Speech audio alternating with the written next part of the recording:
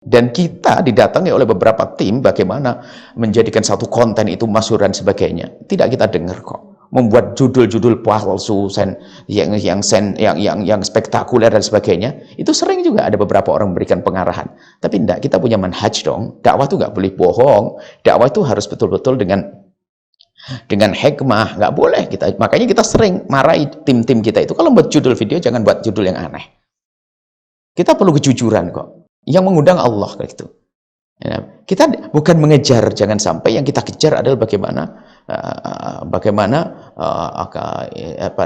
istilah sekarang itu viral, sampai kurang-kurang istilah begitu, istilah zaman-zaman ini kan istilah viral dan sebagainya. Jadi banyak setan viral ini yang luar biasa.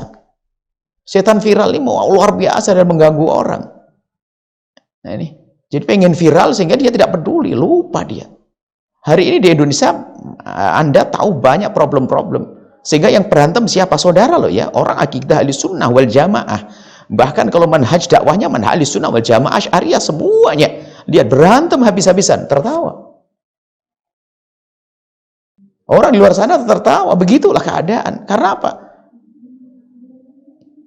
Dia tidak waspada. Makanya kami sampaikan, ada beberapa cara menyampaikan kebenaran. Ada di antaranya begini loh ya. Kalau kita melihat sesuatu yang tidak benar, pertama, kebenaran tidak harus diucapkan saat itu. Kita harus mencari waktu yang tepat di saat melihat satu kebobrokan moral, kesalahan, waktu yang tepat untuk berbicara. Kebenaran tidak harus diucapkan saat itu. Kita bisa cari waktu yang tepat. Kalau salah waktu, bisa saja malah menjadi sebab kebenaran itu dimuntahkan. Bahkan bisa menjadikan suatu musibah lebih besar lagi.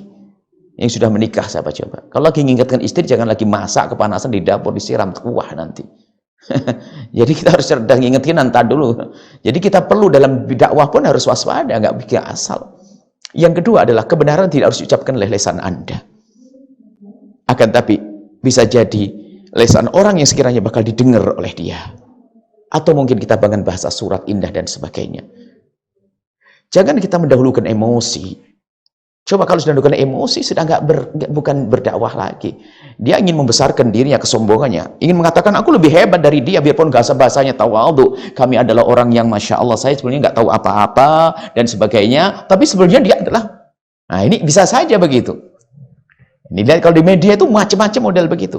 Tapi Anda jangan semacam itu gitu.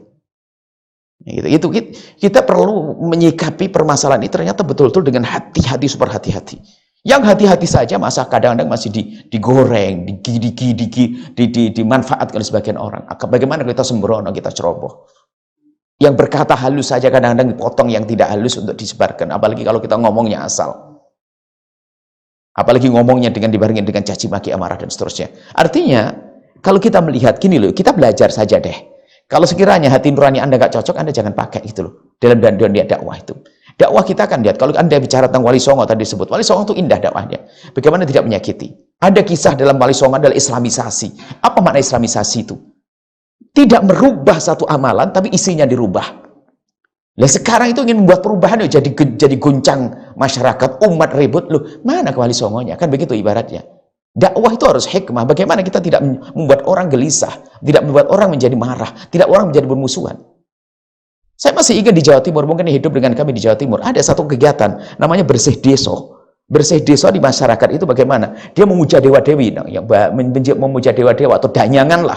Setiap di perempatan jalan bagi-bagi makanan, tukar makanan sambil memuja-muja danyangan lah bahasa Jawanya itu. Nggak tahu lagi, nggak tahu bahasa Jawa, belajar bahasa Jawa ini bahasa istimewa. Rugi nggak bisa ngerti bahasa Jawa. Semuanya danyangan itu aja. Nah, akhirnya apa? Dirubah oleh tokoh saat itu. Tetap berkumpul di tempat tersebut. Tapi isinya apa? Doa tolak balak, doa sabu jagat, Robbana atina. Nggak ada lagi danyangan disebut. Loh, indah mereka, orang nggak kerasa.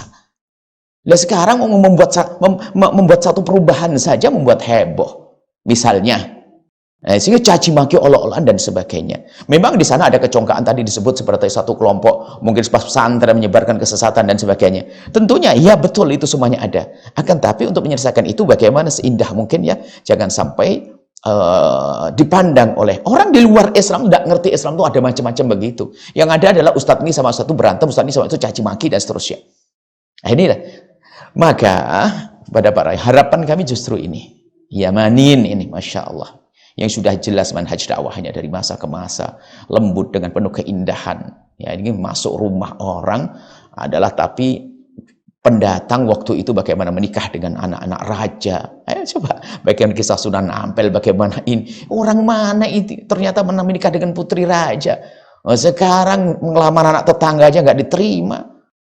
Kamu anak raja, akhlaknya kurang kita ini. Bagaimana kita bisa jadi keindahannya itu yang perlu kami sampaikan. Setelah Anda menyaksikan video ini, jangan lupa berselawat kepada baginda Nabi Muhammad sallallahu alaihi wa alihi wa sahbihi wasallam.